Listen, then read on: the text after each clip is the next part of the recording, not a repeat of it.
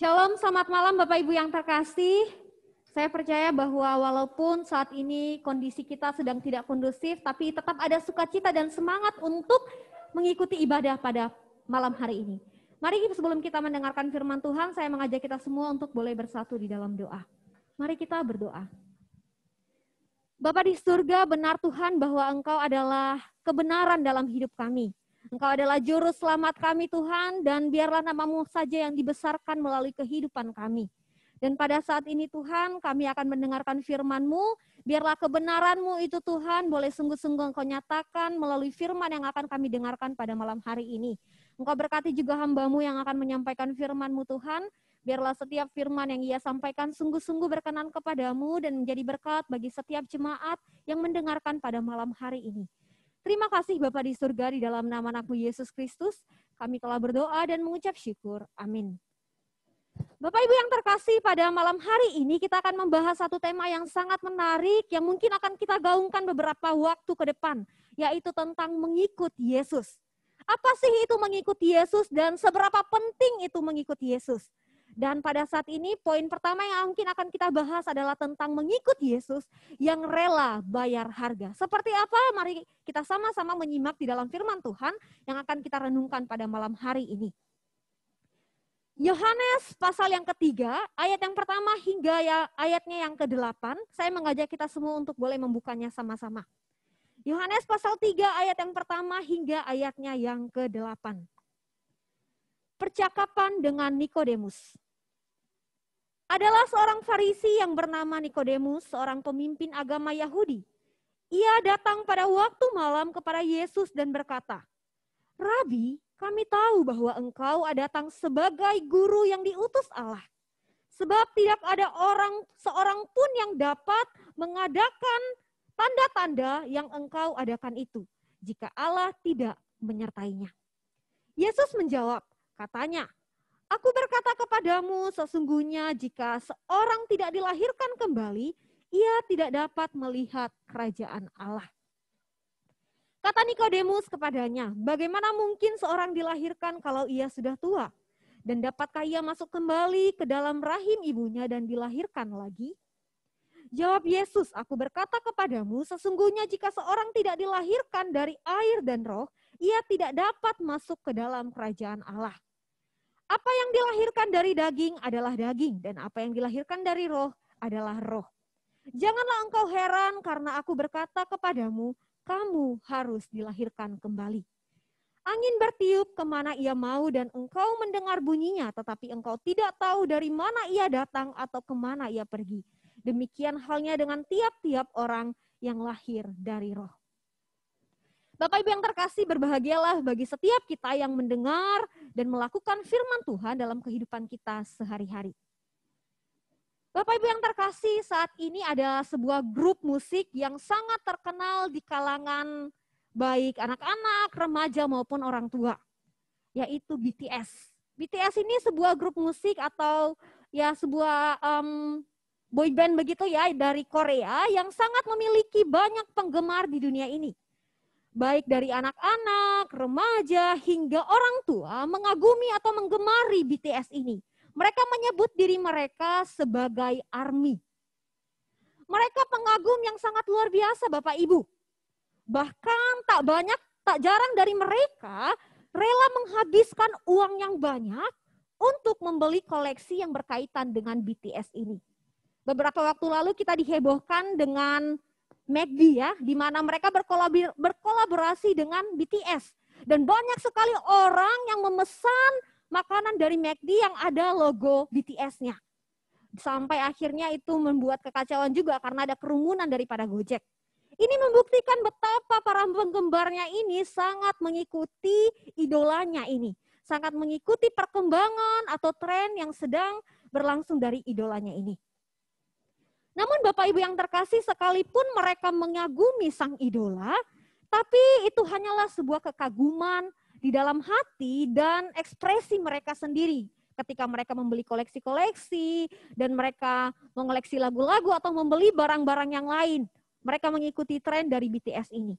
Dari beberapa wawancara yang saya lakukan dengan beberapa ARMY atau orang-orang yang mengidolakan BTS ini, mereka mengatakan bahwa mereka mengidolakan BTS karena lagunya bagus, liriknya yang dalam, dan juga personilnya yang ganteng-ganteng katanya, dan lain sebagainya.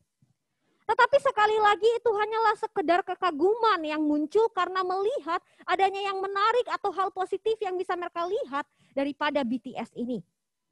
Akhirnya itu muncul di hati mereka dan mereka ekspresikan melalui tindakan mereka. Namun jika mereka ditanyai lebih dalam dan diminta lebih dalam untuk menyerahkan hidup mereka untuk BTS, untuk membiarkan BTS bekerja sepenuhnya dalam hidup mereka dan intervensi di dalam hidup mereka, maka saya yakin sekali bahwa mereka akan memikirkan hal ini 2 kali. Dalam artian bahwa para penggemar ini mungkin akan berpikir, aduh kalau sampai dalam begitu saya tidak mau. Mungkin memang mereka terlihat antusias dan semangat sekali dengan idola mereka. Tetapi untuk hal yang lebih dalam atau hal yang lebih intens, saya yakin sekali bahwa 100% mereka akan pikir 2 kali. Atau bahkan mereka akan mengatakan tidak untuk hal itu. Tidak untuk hal di mana BTS mencampuri kehidupan mereka. Bapak Ibu yang terkasih, oleh sebab itu di dalam kekristenan, Yesus menginginkan umatnya tidak sekedar menjadi penggemar atau pengagum rahasia seperti para pengagum BTS ini. Mereka hanyalah seorang pengagum atau penggemar BTS sehingga ketika mereka disuruh untuk menyerahkan hidup mereka sepenuh waktu mereka tidak mau karena mereka hanya sekedar penggemar atau pengagum daripada BTS. Oleh sebab itu Tuhan mengatakan kepada kita bahwa Dia tidak menginginkan umatnya yang hanya sekedar menjadi penggemar atau pengagum rahasia. Yang hanya kagum dengan apa yang Ia kerjakan.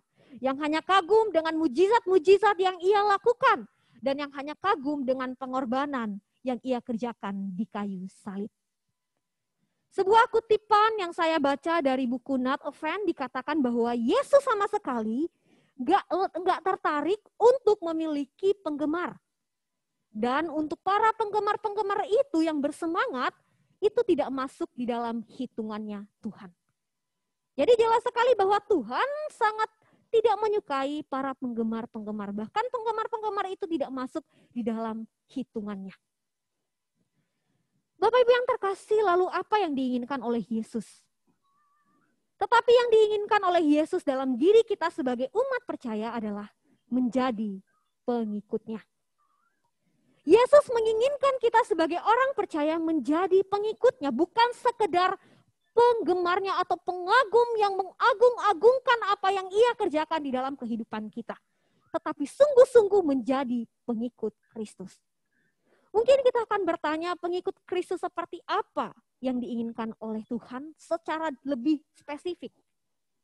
Jadi sesuai dengan firman atau tema yang kita bahas pada malam hari ini, pengikut Kristus yang diinginkan oleh Tuhan itu sendiri adalah pengikut Kristus yang rela bayar harga. Pengikut Kristus yang rela bayar harga. Itulah pengikut Kristus yang diinginkan oleh Yesus Kristus di dalam kehidupan setiap orang percaya yang mengaku sebagai murid Kristus. Bapak Ibu yang terkasih, kalau kita melihat ayat firman yang kita baca pada malam hari ini, kita akan menemukan bahwa ada seorang Farisi bernama Nikodemus. Dikatakan dia adalah seorang pemimpin agama Yahudi pada saat itu. Yang berarti dia adalah seorang Sanhedrin yang sangat terkenal. Yang sangat memiliki kedudukan yang baik pada saat itu. Dan bisa jadi memang dia sangat dihargai oleh orang-orang sezamannya. Bagaimana tidak? Dia adalah seorang yang hidup sangat mengutamakan firman atau mengutamakan kekudusan di dalam kehidupan mereka. Mereka adalah orang-orang Farisi yang mengutamakan Taurat itu di dalam kehidupan mereka. Dan mereka adalah pemuka-pemuka agama yang sangat dihargai pada saat itu. Namun Bapak Ibu yang terkasih, ternyata diam-diam jika kita melihat, dia menjadi pengagum rahasia Yesus. Hal ini bisa kita lihat di dalam ayatnya yang kedua. Ketika ia datang pada waktu malam kepada Yesus dan berkata, Rabi, kami tahu bahwa engkau datang sebagai guru yang diutus Allah. Sebab tidak ada seorang pun yang dapat mengadakan tanda-tanda yang engkau adakan itu jika Allah tidak menyertainya. Di sini kita melihat bahwa diam-diam si Nikodemus ini sudah memperhatikan Yesus. Dan dia memiliki satu kegaguman di dalam hatinya terhadap Yesus. Sehingga hal ini boleh diungkapkannya kepada Yesus. Yesus, bukankah engkau adalah seorang Rabi dan Allah menyertai engkau sehingga engkau bisa mengerjakan banyak hal. Di sini kita melihat bahwa ia sangat tertarik, sangat kagum dengan apa yang sudah Yesus lakukan. Dia melihat banyak hal mujizat yang telah Yesus lakukan. Bapak Ibu yang terkasih, pertanyaannya adalah mengapa harus malam hari Sanhedrin ini atau Nikodemus ini datang kepada Yesus? Ada beberapa pendapat para penafsir Bapak Ibu. Yang pertama adalah karena dia adalah seorang Sanhedrin pada saat itu. Jadi dia nggak mau kalau sampai orang banyak lihat. Wah, Sanhedrin ini datang kepada Yesus. Jadi dia tidak mau jika orang-orang melihat hal itu. Karena pada saat itu orang-orang Farisi memiliki, orang-orang Farisi dan Yesus tidak satu jalannya.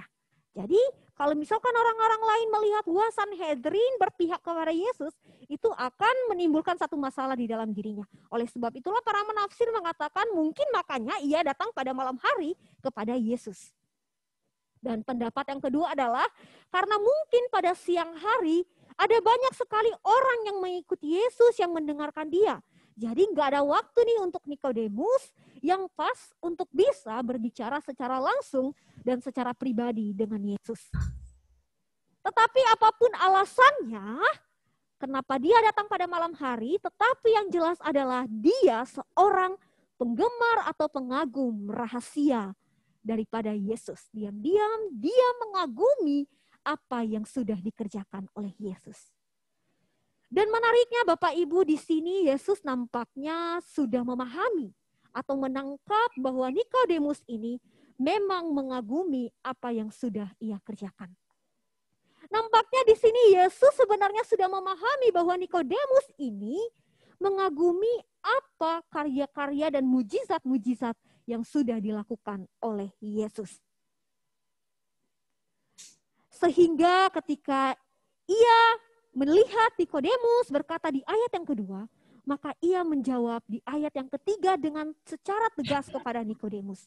Katanya, aku berkata kepadamu, sesungguhnya jika orang tidak dilahirkan kembali, ia tidak dapat melihat kerajaan Allah. Di sini kita melihat bahwa dengan tegas Yesus mengatakan hal demikian kepada Nikodemus. Dia tahu Nikodemus mengagumi dia, dia tahu Nikodemus ini sangat mengagung-agungkan dia. Tetapi sekali lagi Yesus tidak tertarik dengan orang yang hanya menjadi penggemar saja. Oleh sebab itu Yesus mengatakan bahwa hanya orang-orang yang sudah dilahirkan kembalilah yang dapat melihat kerajaan Allah.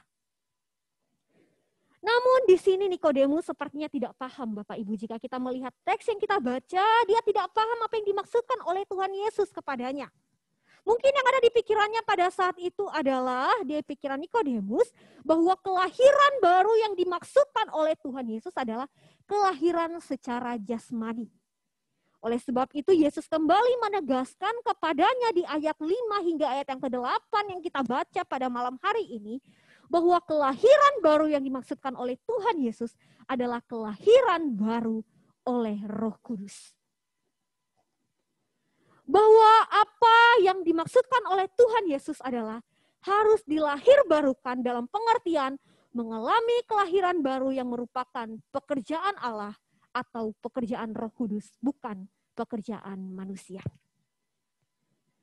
Karena manusia telah mengalami kerusakan total oleh dosa Bapak Ibu, oleh sebab itu bukan berarti proses pembentukan atau pembetulan pembenaran manusia ini hanya sebagian saja. Tetapi yang dimaksudkan oleh Yesus adalah pembentukan secara utuh, yaitu mengalami kelahiran baru akibat kerusakan di dalam dosa. Dan kelahiran baru yang diungkapkan oleh Yesus di sini adalah kelahiran baru oleh karya Roh Kudus itu sendiri.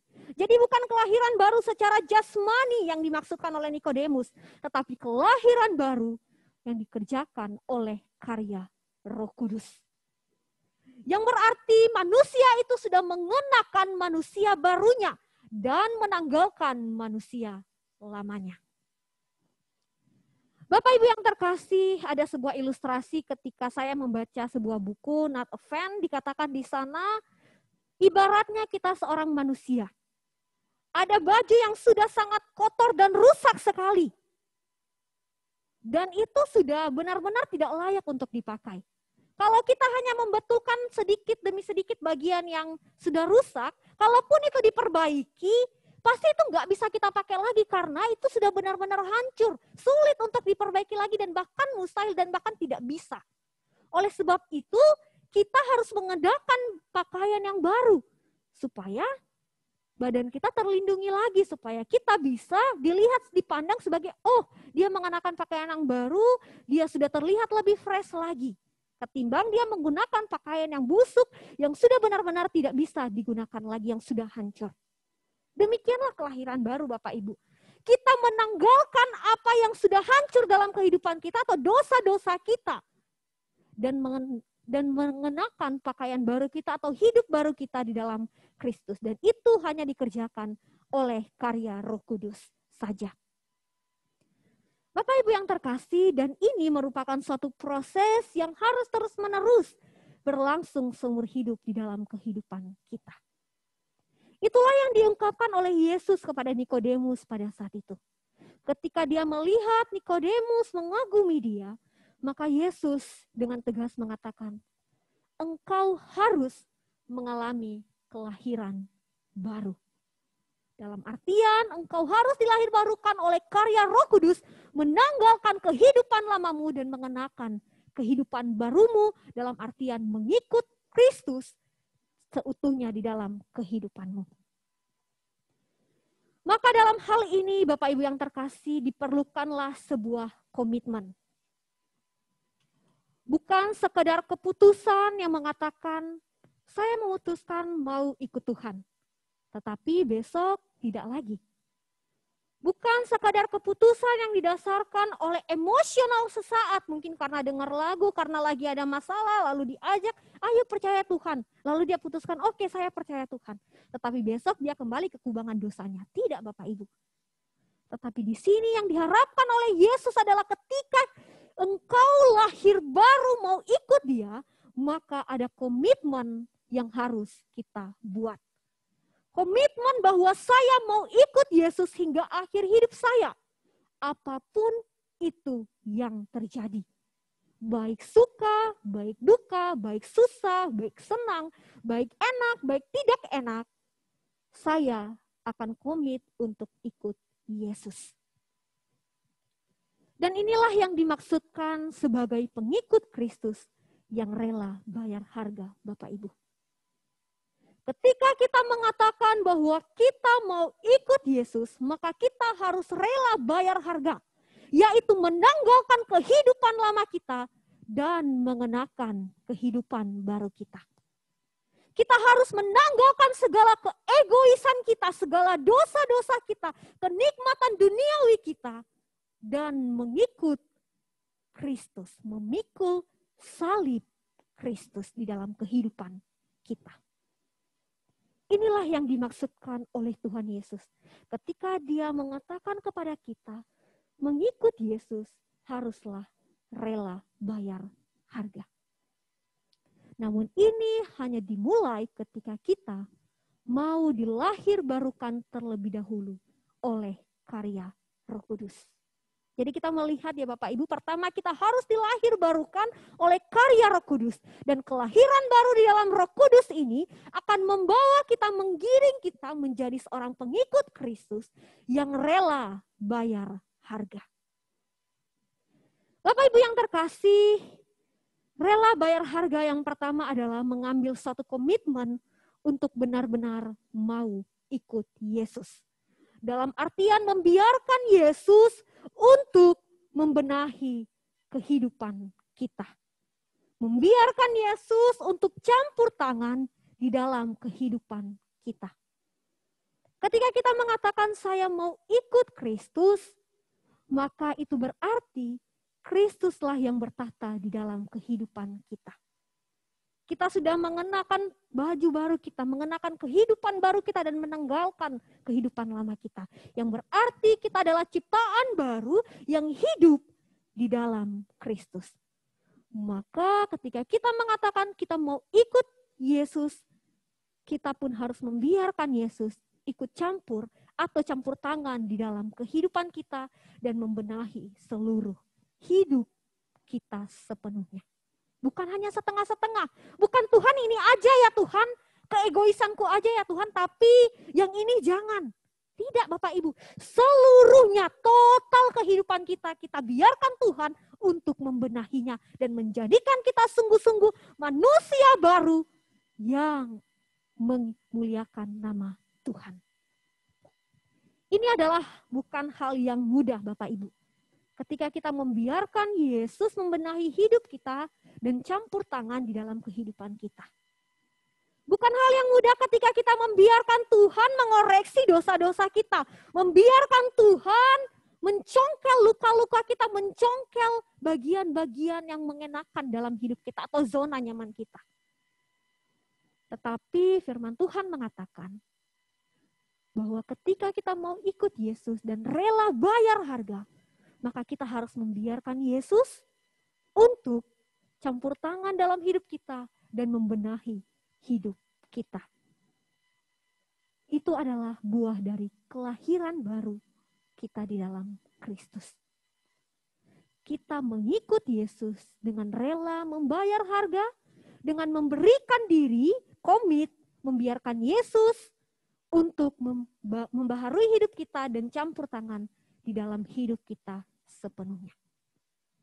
Dan yang kedua Bapak Ibu yang terkasih, ketika kita katakan saya mau ikut Yesus, saya mau rela bayar harga, dan kita dilahirbarukan, maka kita harus meneguhkan komitmen itu di dalam kesetiaan kepadanya. Dalam artian, di dalam keadaan apapun hidup kita, kita tetap mau ikut Tuhan dan mengiring Dia. Kita tidak hanya membiarkan Tuhan membenahi hidup kita, memperbaharui hidup kita, campur tangan dalam hidup kita, tetapi juga kita komit untuk setia seumur hidup kita mengiring Yesus di dalam kehidupan kita.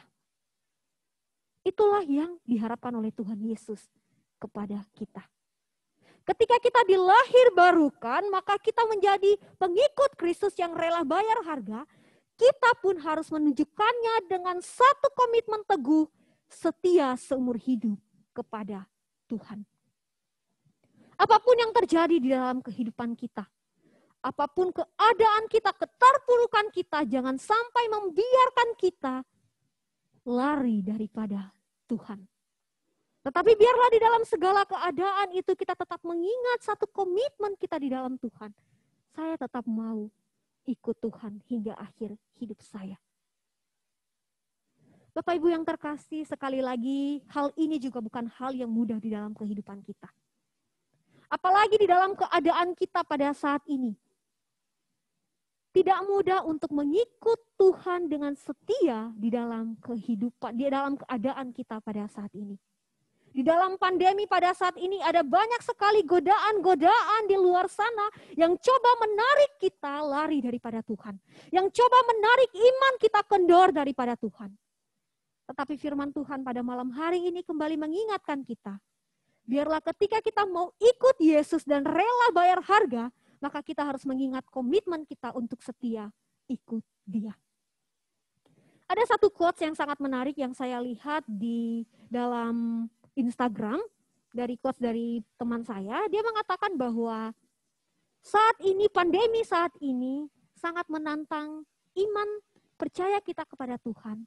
Apakah kita mau tetap setia ikut Tuhan atau ikut dunia? Mengapa? Karena ada banyak tawaran saat ini Bapak Ibu.